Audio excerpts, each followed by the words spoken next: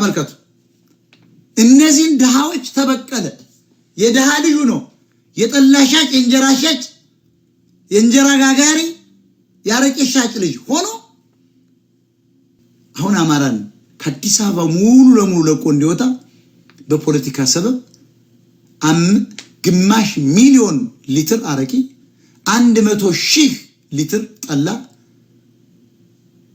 ወታደር መድቦ ሮንድ መድቦ ቀንም ማታም አስደፋባቸው። ይሄ እኮ አማራን ጄኖሳይድ የመፈጸም ነው። እንዳይበሉ ያን ሽጠው ውሃ ሽጦ እኮ አማራ እንቁላልማ የለም። እንደ ድሮ እንቁላል እንደዚህ እኮ ተሸክሞ የሚሄድ የለም። ድንች ነው። ድንችም የለም። አሁን ገበሬው ማምረቱን አቁሟል። ስለዚህ ከድሃ የተፈጠረ ድሃን ያከብራል እንጂ ይረዳል እንጂ እንዴት ድሃን ያጠፋል? ጎበዝ ተመልከቱ። እነዚህን ድሃዎች ተበቀለ። የድሃ ልዩ ነው። የጠላ ሻጭ፣ የእንጀራ ሻጭ፣ የእንጀራ ጋጋሪ፣ ያረቄ ሻጭ ልጅ ሆኖ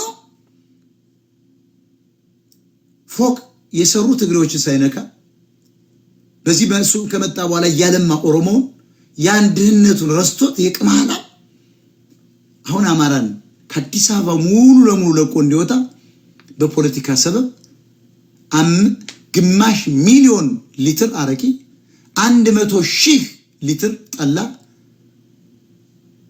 ወታደር መድቦ ሮንድ መድቦ ቀንም ማታም አስደፋባቸው።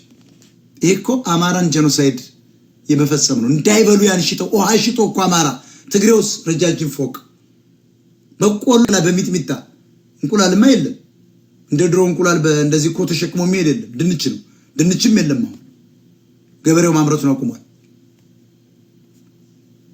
ስለዚህ ከድሃ የተፈጠረ ድሃን ያከብራል እንጂ ይረዳል እንጂ እንዴት ድሃን ያጠፋል? ጎበዝ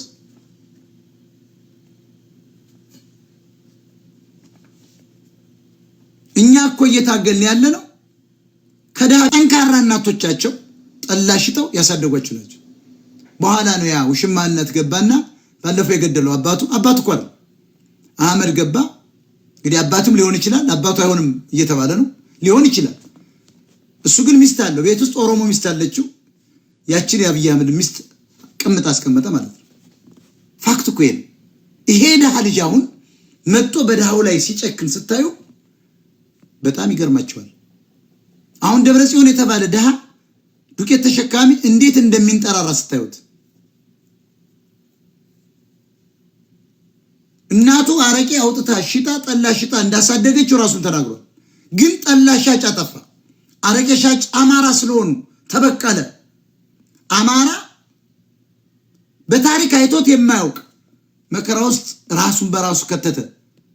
ሌሎችን በመስማት እኛን በመጥላት ሌሎችን ገንዘብ በማውጣት እኛን ደግሞ መረጃችን ብቻ ወስዶ ተሳዳቢዎች በሚል ስም በመስጠት አብሮ ከጠላቶቻችን ጋር ቆሞ ራሱን በራሱ ካደ። ልጆቹን አልሰማ ብሎ አማራ አለቀ፣ ሞተ፣ ነጋዴው ከሰረ። አሁን አንድም ደና የአማራ ነጋዴ የለም፣ አጠፉት። አሁን ፋኖች ከትግሬዎች ጋር ስለሚሰሩ ከኤርትራኖች ጋር ወዳጅነት ስለፈጠሩ የአማራን ነጋዴ እያጠፉ የትግሬ ንግድ በጥፍ እንዲያድግ አደረጉት። በአማራ ላይ ደባ ፈጸመ። የፋኖ መሪዎች ደባ ፈጸሙብን። የአማራን ይቀርጣሉ፣ አማራን ይገላሉ። ከትግሬ ጋርና ከኤርትራ ጋር ስለሚሰሩ የነሱ ንግድ ደግሞ በክልል ውስጥ እጥፍ እንዲሆን ዘይት በጥፍ ስኳር በጥፍ ለምን የነሱ መኪኖች አይቀረጡ አይገደሉም? ማንም አይነካቸው። አሁን በነፃነት ኤርትራዊ በኢትዮጵያ ምድር የሚንቀሳቀሰው ኤርትራዊ ሌላ ሀገር ፈጥሮ ሄደ።